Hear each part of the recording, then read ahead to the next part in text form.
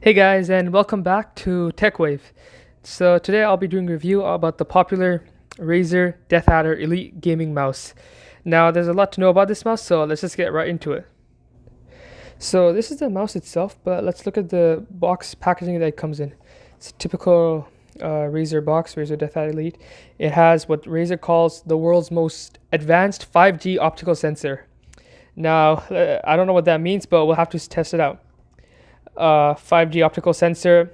Can go all the way up to 16,000 dpi, 450 inches per second, 99.4% resolution accuracy, all crazy stuff.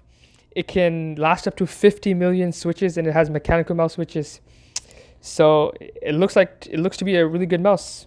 Inside the box, you don't really get much, just the mouse itself and some paperwork, but that's about it.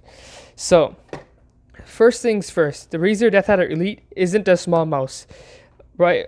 In comparison, this is a Cooler Master MM710 made for people with small hands.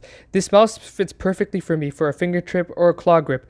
This mouse was my first mouse and I loved it, but one problem I realized later on was that it was too big for me. My hand isn't that huge, if you can tell, but this mouse is for huge people with huge hands. So if you have big hands, this is definitely the mouse for you. However, compared to other popular mice out there in the market, this one would definitely be considered big. But despite its size, it's the lightest big mouse, weighing in at just 105 grams, if that makes sense. So let's talk about specs. So we mentioned that it has what Razer says the world's most advanced 5G optical sensor. And what that basically means is that it can go all the way up to 16,000 DPI, dots per inch.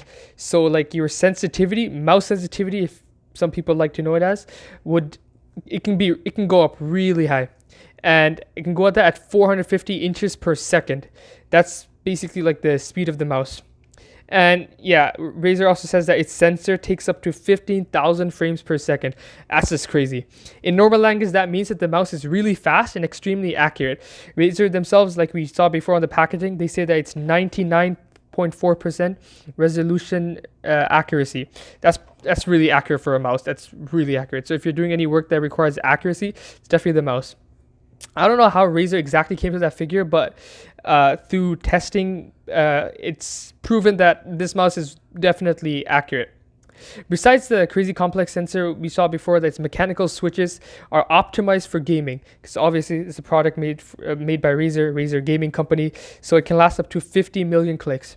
Let me give you a sound test of what it sounds like. And this is the scroll wheel. All pretty nice. You got the two mouse buttons on the side over here. Mouse button 5 for your DPI button to go up or down. You have your scroll wheel. You have your glides. I wish the glides were a little bit better, but that's about it. And you have your PixArt sensor. Sorry for the scuffs, but I've been using this mouse pretty aggressively, and it's pretty heavy duty. I'm not gonna lie. The longevity of this mouse, it's actually crazy. You can use this mouse for a long time. And the absolute best part about this mouse is the fact that you can buy it for around $60, depending on where you bought it. I bought mine's in October of 2019 for around 55 bucks on Amazon. It doesn't look like Amazon is selling it right now currently because of coronavirus and COVID-19, everything that's happening in the world. They've slowed down a lot of things that are not necessary, but once it's back on the market, $55, this is definitely a steal. So now let's talk about my experience with the mouse. Again, one thing to note, my hands are small, so the mouse really isn't for me, but despite that, it's still a very comfortable mouse. Even for for me, someone who has small hands, it was a joy to use it. I played FPS games like Fortnite, COD, Warzone with this mouse and found absolutely no problems at all. When hitting any flick shots or doing any type of movement, this mouse, it didn't fail me at all. If anything, I was lacking in skill. This mouse, it does its job and does it exceptionally well. Whatever Razer did, they did a good job at it, and I don't know how they can manage to keep the price so low. Its competitors like the SteelSeries Rival 3 or some other big name mouses, they could be a bit more expensive, but this one, it doesn't break the bank when you go and buy it. Were it not for my small hands, I would definitely stay with this mouse. Even despite being a big mouse, it only weighs 107 grams. That's crazy.